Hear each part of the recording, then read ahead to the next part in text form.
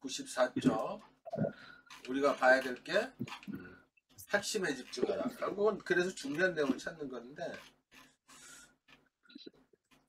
일단 보자. 94쪽을 봐봐. 수능 국어 비문학 지문을 빠르고 정확히 읽으려면 글을 읽으면서 글의 구성과 구조, 글 구조, 글의 구성, 설명글에 어떻게 다양한 진술 방식이 묶여서 진술되고 있느냐, 또 단락 또는 문장의 구조가 어떻게 되어 있냐, 우리가 그걸 봤잖아. 궁극적으로는 우리가 뭘 찾기 위해서? 그래서 중요한 내용을 찾기 위해서, 그죠? 중요한 문장을. 그래서 글의 주제가 확장하는 방식, 그리고 단락의 전개 방식을 파악할 수 있어야 한다고 지금까지 말을 했지. 그러니까 그래서 글을 잘 읽으려면은 빠르고 정확하게 읽으면서 글의 중요한 부분과 중요하지 않은 부분, 또 글의 부분 전체 구조, 전체 부분 구조, 그리고 글의 뼈대와 격까지 이거를 딱 알아낼 수 있어야 돼. 구분하면서 핵심 뼈대에 해당하는 거, 그 다음에 그래서 중요한 부분, 또 글을 전체를 들여다보고 또 미시적으로 들여다보고, 이걸 동시에 한꺼번에 이런 파악을 해야 된다는 거지. 그 EBS 지문을 가지고 그거를 다음 시간에 우리가 직접 보자고. 그래서 먼저 그 지문을 읽어 글의 중요한 부분을 가릴 수 있어야 하는데, 그 중요한 부분이 주로 어디에 몰려있냐, 개념에 대해서 정의를 내린 부분, 그리고 글의 중심 생각을 설명하는 데, 글이 개념이 어려울수록 부연 상술이 많다 그랬죠. 예시를 들고, 즉 다시 말해 그러면서 그런 내용으로 계속 기술돼. 그 내용들을 파악을 해야 돼. 그래서 정의, 그리고 확장된 정의, 논증, 방법으로 진술된 부분으로 찾아서 거기는 밑줄 그어서 명확하게 정리를 해놔야 된단 말이야. 다음으로 글을 빠르게 읽으면서 글의 전체 부분 구조를 한눈에 파악하기 해야 돼. 그래서 중요한 부분이 비교와 대조, 분류와 구분, 인과 분석 방법으로 진술된 글 내용이 있지, 그치? 그런 데들이 되게 중요한 부분이지. 이 설명글을 중심으로 구성된 단락은 개념과 개념을 서로 비교하고, 또 개념을 나누고 쪼개면서 쪼개어 설명하고, 또 단락 단위 혹은 문장 단위로 논리적 또는 사실적 관계를 가리면서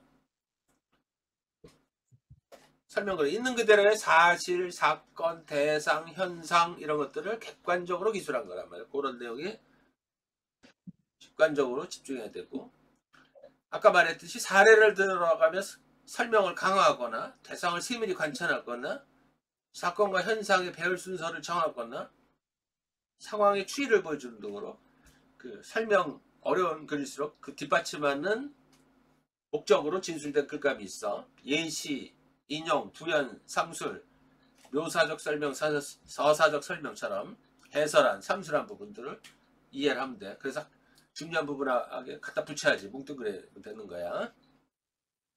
이 부분은 그래서 중요한 부분을 상세한 것이기에 선택적으로 판단해서 살피고, 이미 알고 있는 내용은 빠르게 스킵하는 게 중요하지. 그래서 핵심 포인트 6은 뭐냐, 격까지부터 쳐내는 게 해설. 글은 거의 다 해설이야. 격까지 부분부터 아까 말했듯이 예시 들고 상술된 거 이거 알면은 다 쳐내버리면 되지, 그지? 그럼 뼈대가 보인단 말이야, 그지? 쳐내면 글의 뼈대를 이루는 중요한 부분이 눈에 더 잘 들어온다. 설명글에서 어떤 내용을 담고 있든 그래서 중요한 부분은 특정 단락, 특정 문장에 집약이 돼.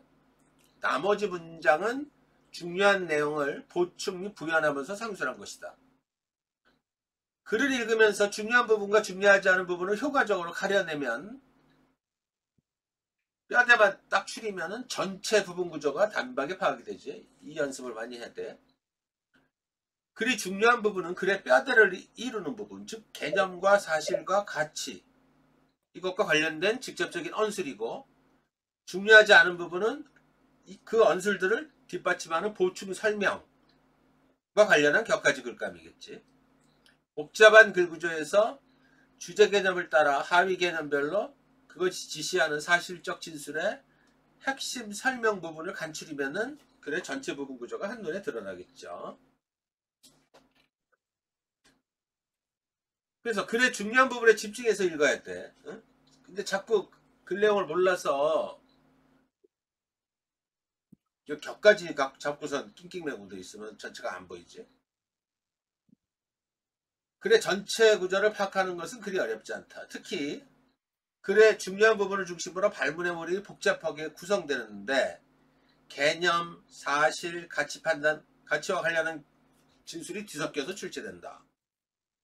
이때 글을 읽어 개념과 사실, 정책과 가치를 다룬 부분을 잘 분류, 분석, 비교. 항상 머릿속에서 설명글의 진술 방식의 분류, 분석, 비교는 그냥 필연적으로 그래서 우리가 찾아내 그런 부분에 집중해야 된다. 그런 글 내용 개념을 분류하고 글 내용 개념이 분석하고 또 개념 글 내용 핵심이 비교하고 그런 내용들이 그래서 중요한 부분이야. 바로 이 부분에서 발문의 몰입이 집중적으로 만들어진다. 그래서 중요한 부분을 파악하는 요령은 간단하다. 먼저 글 내용의 중요도가 떨어지는 부분, 즉 격가지 해설에 해당하는 글감부터 따로 떼어낸다는 게 눈에서 떼어내면 되겠지. 그런 다음 주제 및 제저 관련 핵심어 또는 핵심어가 들어있는 문장을 찾아 밑줄을 긋고 글쓰기의 주장을 다른 표현을 쓰거나 구체적인 예를 들어가며 말 바꾸기 하는 거. 변주가 계속돼. 그리고 계속 변주하면서 거듭 기술되고 있는 부분이 가리키는 문장을 찾아서 그 부분도 중요한 내용에 밑줄을 가야지, 그지? 서로 대립하는 구조, 즉 비교와 대조의 방법으로 개념이나 대상, 현상, 이론 등을 설명하고 있는 문장을 찾아 이것에도 밑줄을 긋고 이런 것들이 다 중요한 부분들이야. 이런 문장들이 그래서 중요한 부분으로 세부적 격가지를 생략하고 큰 줄기를 중심으로 글 내용을 정리하면은 글의 중심 생각 이자 그래서 중요한 부분을 파악할 수 있다는 얘기야. 그래서 이게 의식적으로 자꾸 연습을 하면 돼. 단락별 핵심어와 중심 문장을 찾아낸 다음에 이것들의 관계에 집중하면서 읽으면은 글 내용을 더 잘 이해할 수 있겠지. 그래서 공부의 기본인 읽기 능력이 늘지 않은 이유는 다른 무엇보다 날림으로 글을 읽는 습관이 크게 작용한 때문이다. 이게 말이야. 내가 조금 아까 수업에서도 논술 수업에서도 그렇지만은 저번 시간에 우리 그 최저임금제 네. 논술에서 그거 보면서 그 불평등 해소 방안에 대해서 얘기했잖아. 그 기억나지? 그 내용이 상당히 어려워. 그런데 그 글을 읽으면은 거기에 한계, 생산성, 완전 경쟁 이런 단어들이 있어요. 툭툭 들어가 있는데 그 내용, 그 의미를 이해하지 못하면 글 내용의 핵심이 잘 포착이 안 돼. 추론이 안 돼. 그런데 웃기는 거는 물어보면은 한계 생산성이 뭐냐? 한계 생산성이 몰라도 그 안에 유추해서 찾을 수가 있지. 그 개념을 모르겠다. 뭘 어디서 찾으면 돼? 첫 번째는 한계 그거를 정의 내린 부분 있지, 그지? 개념을 중요하다고. 또는 그 정의가 안 내려졌으면 당연히 알고 있을 거라고 생각해서 뺀 경우가 있지만은 그것도 개념을 정확하게 이해하려면은 글에 안에서 유추할 수가 있어. 그런 내용을 어떤 부분에서 그 내용을 가지고 자꾸 변주되는 부분들이 있지, 그지? 말 바꾸 그런 부분을 찾으면 된단 말이야. 일단은 잘 알고 있어야 돼. 그래서 그거를 가지고 아까 말했듯이 완전 경쟁 그러면 항상 머릿속에 생각을 할 때 비교, 분류, 분석에 대한 설명의 진술 방식은 글 내용의 핵심을 잘 구성하기 위해서 필연적으로 동원되는 설명의 진술 방식이라고 했어. 그러니까 힌트가 뭐야? 예를 들면은 글에 직접적으로 명기 안 되더라도 예를 들어 완전 경쟁이라는 시장에서의 완전 경쟁이라는 단어가 거기 있더라고. 있어. 예를 들면. 그러면 머릿속에서 의식적으로 뭘 생각을 또 해야 될까? 응? 아, 네. 그래. 비교 대조되는 부분. 그럼 뭐야 그게? 불완전. 불완전 경쟁. 그치? 그러면 네가 알아야 될 거는 도대체 완전 경쟁은 뭐고 불완전 경쟁은 뭐냐? 그럼 그 앞에 뭐 어떤 타이틀을 알겠지. 고용. 임금과 고용 시장에 완전 경쟁은 무엇을 얘기를 하고 불완전 경쟁은 무엇을 얘기하느냐 이거야. 그럼 최저임금제를 얘기를 하고 다시 머릿속에서 한번 생각을 해봐. 그냥 상식적으로 이해를 해도 따라갈 수가 있어. 예를 들면은 최저임금제라는 게 뭐야? 하한가를 설정하는 거야. 그치? 네. 이 임금에. 그럼 우리는 생각을 최저임금제는 누구를 위한 걸까? 노동자. 그 중에서도 비숙련 노동자들, 그치? 단순 네. 노무직 뭐 이런 사람들. 근데 그 글 안에서 보면은 최저임금제를 시행을 하면은 당연히 개인 노동자들한테 이득이 되겠지, 그치? 그런데 거기 보면은 기업에도 이득이래. 이게 무슨 소리야, 이게? 기업은 손해잖아, 그만큼. 더 네. 지출해야 되니까. 그 지문의 핵심은 그 내용이었단 말이야. 그걸 추론하는 거였어. 근데 그걸 보면은 아까 얘기한 완전 경쟁 뭐 이런 상황, 임금과 고용에 자 최저임금제를 머릿속에 생각을 해봐. 집에 최저임금제가 시행이 되면은 어떤 일이 벌어져? 최저임금제가 딱 시행을 해. 그러면은 이때 예를 들어 완전 경쟁 시장이라 그러면 어떻게 해? 진입과 퇴출에 자유롭게 그 진입할 수 있고, 그러니까 쉽게 얘기하면 자유롭게 회사 기업에 들어갈 수 있고 또 자를 수도 있고 고용을 이렇게 할 수 있겠지, 그지? 네. 그렇게 되면은 어떤 일이 벌어져? 일단 기업은 추가적인 비용이 많이 들잖아, 그치? 그러니까 어떤 일단 수요 공급 노동력의 수요 공급 돈 많이 주면 글로 수요가 몰릴 거 아니야, 그죠? 네. 그럼 입맛대로 고르겠지, 그지? 그 입맛이라는 게 어떤 거야? 그럼 한계 회사. 생산성이 높은 사람들, 그지? 경쟁력 있는 사람들, 그지? 말하자면 숙련 노동자들, 그지? 예를 들어서 저번에 얘기했잖아. 커피 하나 이렇게 존재하더라도 빠른 애들이 있단 말이야, 그지? 네. 그 애들을 뽑는 거야. 당연히 그렇지, 많이 몰리니까. 네. 그러면 기업은 결과적으로는 그 임금만큼 보전할 수 있는 유리한 터전을 만들 수도 있지, 그죠? 네. 이게 핵심이었어, 그 문제. 두 번째, 개인은 그럼 어떻게 되냐? 그럼 우리가 생각하는 최저임금제를 시행하면은 이득이라고 자꾸 생각을 하는데 오히려 단기적으로는 불이익을 받을 수도 있지. 왜? 고용이 불안정해지잖아, 그치? 비자발적 실업이 늘지. 돈 못 번단 말이야. 이거 이해되지? 네. 그럼 돈 벌라고 하기 위해서 개인은 어떻게 돼? 특히 비숙련 노동자들은. 숙련 노동자. 그렇지. 전환하지. 그 얘기는 무슨 얘기야? 한국의 생산성을 높인다는 얘기지, 그치? 네. 높여달라 그러는 거지. 그러니까 결국은 개인도 이득이지, 그치? 네. 제도는 그런 거야. 그런데 그 안에서 또 핵심이 뭐야? 이거는 완전 경쟁 시장에서나 가능한 거지, 그치? 고용에. 근데 이게 불안전 경쟁 시장일 경우 불안전해. 그러면 어떻게 돼? 임금 착취가 일어난단 말이야. 거기 써 있었지, 그치? 기술, 정보의 비대칭성을 가지고 그만큼 임금을 덜 주면서 착취할 가능성이 크잖아, 그치? 그거를 시장 실패라 그래. 독점 기업 이런 데들이 그런 행위를 많이 하잖아, 그치? 어? 너 아니면 올 데 없고 뭐 뽑을 애들 많고 뭐 이런. 그래서 뭐가 필요해? 국가가 나서야 될 당위성이 나오지, 그치? 시장 실패를 막기 위해서 국가가 개입한단 말이야. 응? 불완전, 뭐 독점, 과점 시장 살펴하기 위해서. 그 다음에 공유의 비극이 일어나고 공공재 부정 이런 거 있으면 채워놓고 뭐 이런 것들을 막 한단 말이야. 이해되지, 그지? 네. 어? 그 얘기가 들어가는 거야.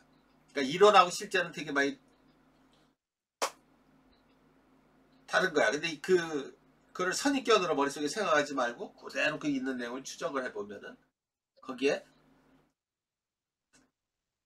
짧게 명기되어 있는 한 단어가 들어가 있는데 완전 경쟁이라는 말이 들어가 있어. 이게 굉장히 중요한 키워드야.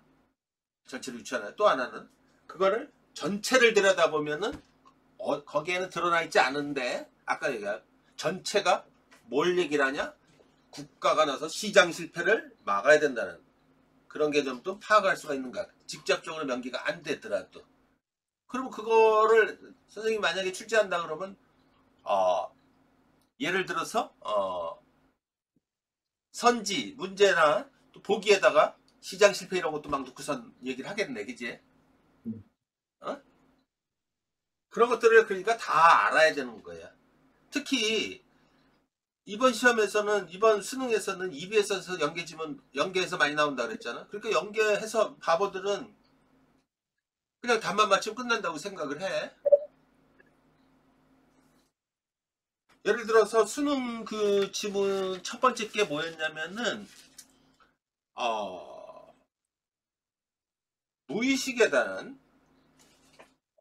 무의식이지만 다른 내용도 있죠. 그 프로이드의 개인적인 무의식하고 근데 중점적인 거는 칼 융의 집단 무의식에 대해서 얘기를 하면서 본능, 원형, 뭐 이런 상징 이런 말들을 통하면서 막 얘기를 하고 있어.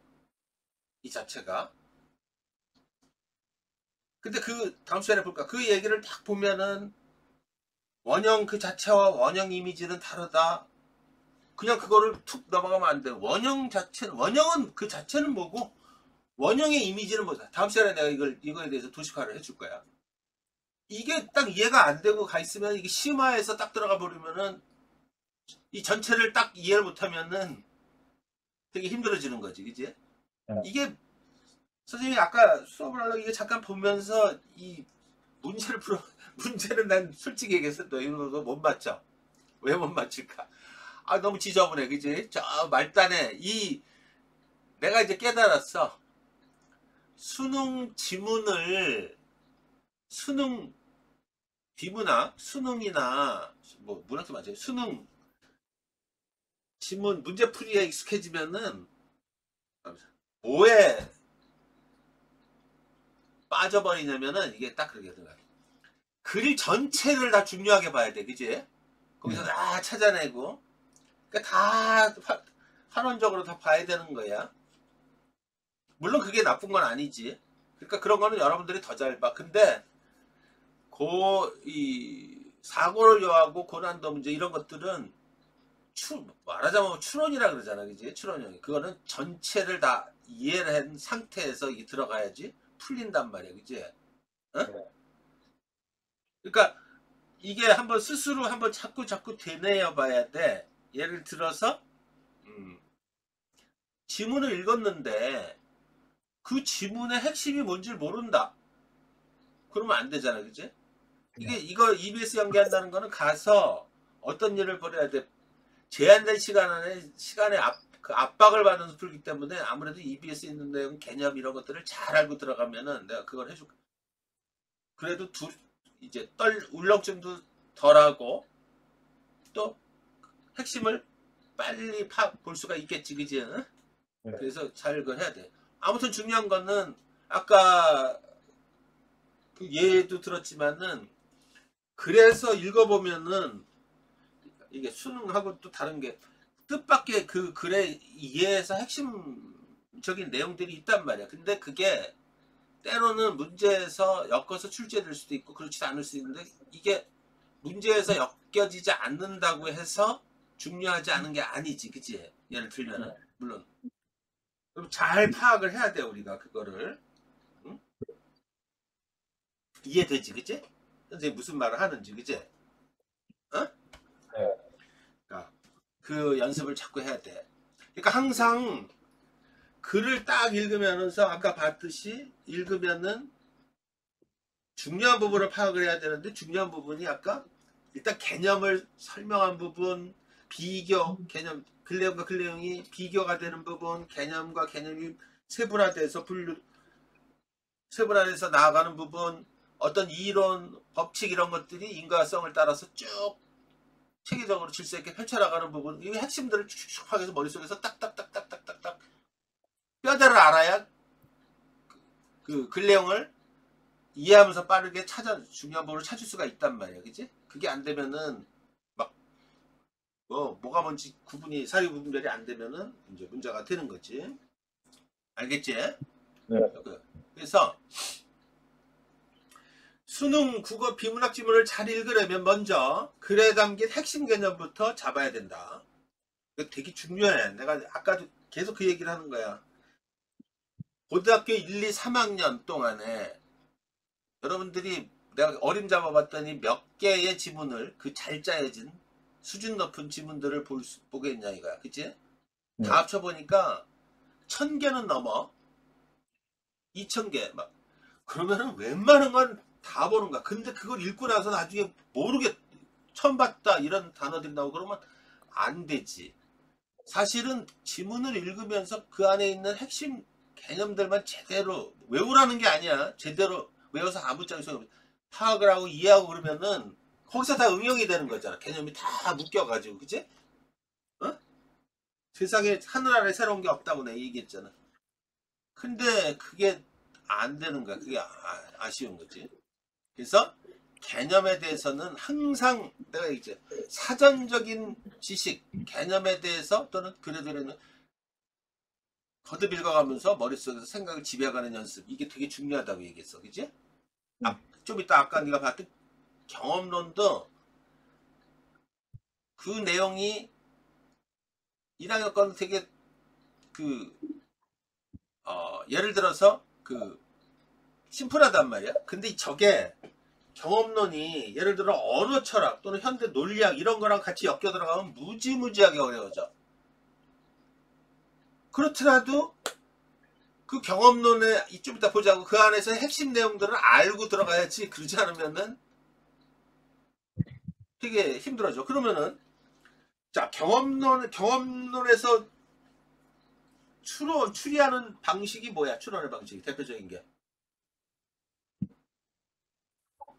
경험론에서. 그러면 굳이 안 보더라도 머릿속에 생각이 나야 돼. 어? 뭐야? 관측이랑 실험을 그게 통해서 뭐야? 그러니까 그 추론 방식이 경험론에서 귀납죠. 귀납 추론이란 말. 그럼 귀납 추론에 대해서 핵심에 대해서 알아야 되고, 그러면 당연히 그거와 대립하는 무슨 개념? 연역 추론에 대해서도 알아야 되지, 그치? 네. 자, 계속 응용이 돼. 귀납 추론과 연역 추론의 차이점이 뭐야? 결정적인 차이가. 이런 뼈대들을 알고 있어야지 거기에 살을 붙이고 현대 논리학 이런 거 들어가면 무지하게 어려워. 예를 들어서 쭉 들어가죠. 귀납 추론은 연역 추론은 결론을 참이라고 아예 단정을 짓고 들어가는 거야. 어? 네. 그렇게 되면 그 전제는 반드시 참여해야 되는 거야. 어쩔 때 주로 많이 써? 어떤 거야? 형이상학적인 물음을 추론할 때 신은 존재하냐 뭐 이런 거. 이거를 존재한다 안 한다 우리 확인도 안 되고 이걸 가지고 이게 참이냐 거짓이냐 논한다는 건 의미 없는 얘기잖아, 그지? 그러니까 신은 일단은 우리가 논할 때 신은 존재한다 이러고 들어가면은 그 다음부터 이제 그 이유에 대해서 하나하나 근거를 대겠지, 그지? 연역적으로. 근데 귀납 추론은 어때? 경험 법칙에 의존하는 거란 말이야. 그러니까 전제가 참이라고 해서 전제가 참이라고 해서 결론이 반드시 참일 수도 있고 아닐 수도 있지, 그지? 그 대표적인 게 뭐라 그랬어? 블랙스완 얘기했잖아요. 백조는 하얗다 그러는데 그렇죠. 막 뒤져보니까 나중에 보니까 저 호주에서 흑조 블랙스완도 나왔단 말이야. 그러면은 그 결론이 깨질 수도 있는 거잖아, 그치? 네. 그래서 포퍼 같은 철학자들은 과학철학자들은 항상 연역추론에 귀납추론을 결합해서 반증 가능성을 열어놔야 된다는 거야. 그래야 우리가 어떤 사유를 하기가 과학적인 어떤 또는 사회적인 어떤 사유를 하기에 편하다는 거야. 근데 이게 전문 용어가 들어가면 3학년 때 이렇게 들어가고 막 이렇게 들어가면 무지하게 어려워지기 시작하는 거란 말이야. 그렇더라도 그 기본적인 걸 잘 알고 있으면은 거기서 계속 확장이 되는 거잖아. 그죠? 어? 네. 그런 거야. 그러니까 저 얘기하다 그랬는데 모든 건 개념에 대한 관계야. 그러니까 개념에 대한 인식이 되게 중요해. 이게 대신 안쓰러워. 알겠지? 네. 즉 글의 주제 및 제재가 무엇인지부터 찾아 살펴야 한다. 이는 글을 읽어 글의 핵심을 이루는 뼈대와 이것을 보충 설명하는 격가지를 구분하는데 더할 나위 없이 중요하다. 글에 담긴 많은 정보를 놓고서 학생들은 혼란스러움 느끼게 되는데 그 주된 이유는 그 개념의 의미를 파악하지 못한 채 막연히 글을 읽기 때문에 날림으로 읽어. 그냥 막 글이 다 중요하게 보여. 이게 우리 수능 공부하는 게 가장 큰 문제야. 이것저것 막 이잡듯이 뒤져가지고 맞는지 틀린지 보잖아. 그지? 네. 선생님 다 don하는데 선생님 같은 사람들이 이거 문제 풀면은 반 맞으면 잘 맞아. 왜냐면은 다 그 얘기야. 그런데 주목도 안 해. 그리고 막 말장난하는 것 같단 말이야. 오히려 그래서 3점짜리 이런 문제 푸는 게 훨씬 쉬워. 예? 저기 보면은 막 그래. 아무튼 뭐 그건 뭐 중요한 게 아니라. 물론 뭐 하나하나 뒤지면 되겠지. 그러니까 상당히 많이 이걸 연습을 하는 것 같아. 그런 걸 맞추기 위해서. 그리고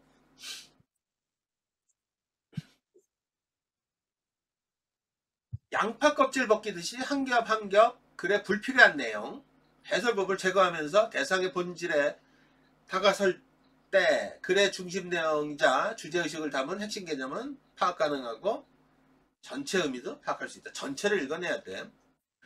핵스머그란 문장에서 생략되면 글의 의미가 달라지는 단어 또는 키워드로 주제 및 제재와 관련하여 일련의 개념적 범주를 이루면서 글을 따라 체계적으로 펼쳐진다.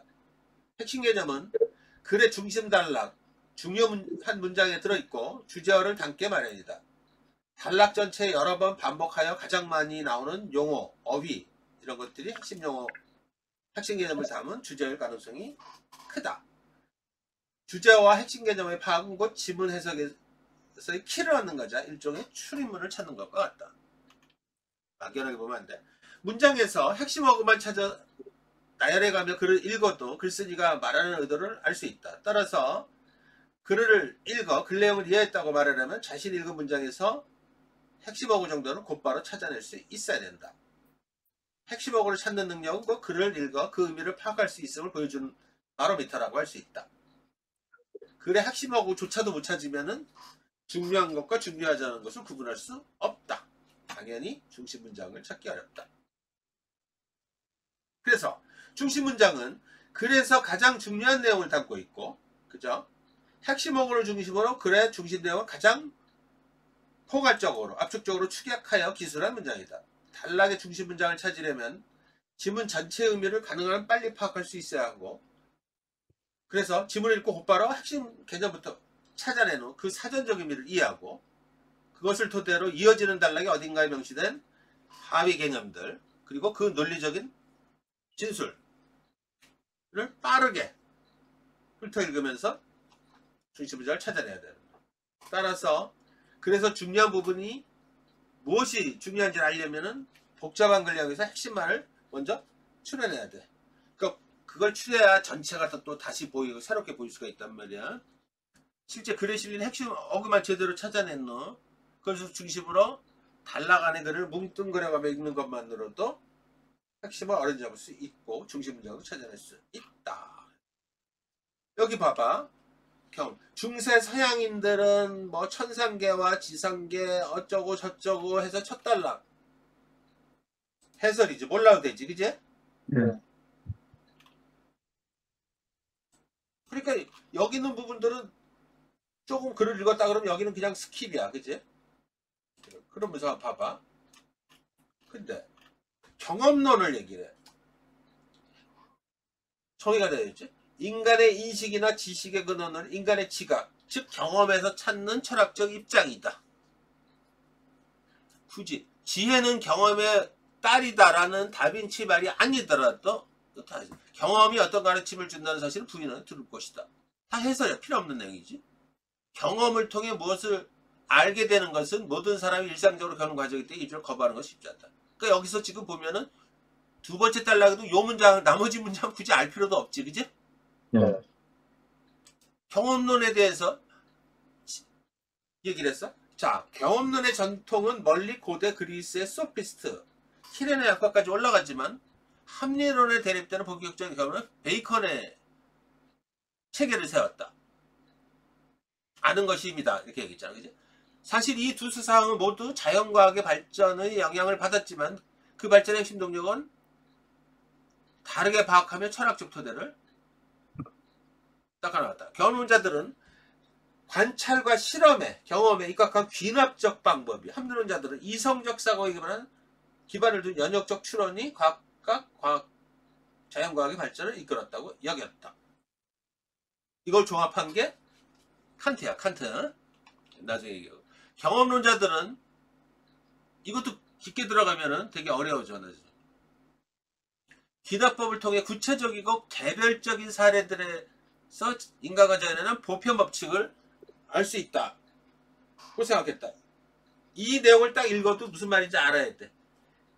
하나하나를 관찰해가지고 개별적인 사실을 가지고 보니까 첫 번째 백조도 하얗고 두 번째 백조도 하얗고 이러다가 그만하자 그래서 n번째 백조도 하얗고 그래서 뭐 백조는 하얗다 이런 보편적인 법칙을 구성할 수 있겠지, 그지? 개별 사례에서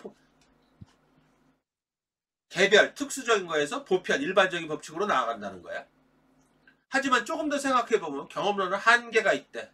그러니까 경험론, 이 글 여기까지 딱 읽으면서 경험론이 무엇이고 경험론이 특징이 뭐고 여기까지 얘기했지. 그 다음에 한계를 얘기하고 있네. 똑같은 장소를 걸어서 지나친 여행자와 기차를 타고 지나친 여행자를 생각해보자. 장소는 동일하지만 두 여행자가 그 장소를 바라봤던 경험은 분명히 다를 것이다. 그런 점에서 경험의 세계는 절대적으로 확신하기 어렵다. 아까 얘기했지. 전제가 참이라고 해서 결론이 반드시 참이라는 보장 없다. 개별성이 있기 때문에. 그지? 그런 거야. 그러므로 자신의 경험에 오류가 있을 수도 있음을 받아들여야 된다는 거지. 과학적 지식은 반드시 그 오류가 있을 수 있다는 생각, 반증 가능성이 일어날 수 있다는 생각, 이런 것들을 다 가능성 열어두고 이래야 된단 말이지. 그럼에도 불구하고 인간에게 있어서 의미 있고 근거 있는 인식은 경험에서 출발한다는 경험론의 입장은 여전히 설득력이 있다. 이제 그리고 근대의 철학들은 경험론에서 바라본 경험의 의미를 존중하면서 그 의미를 나름대로 확장했다. 이게 대표적인 게 실용주의, 프레그머티즘이지, 그지? 응? 칸트의 관념론은 정신의 경험까지, 락항의 구조론은 무의식의 경험까지를 의미를 넓힌 것이다. 칸트의 오성론은 나중에 얘기해줄게. 이게 다 펴진단 말이야. 락항의 구조론, 이런 무의식.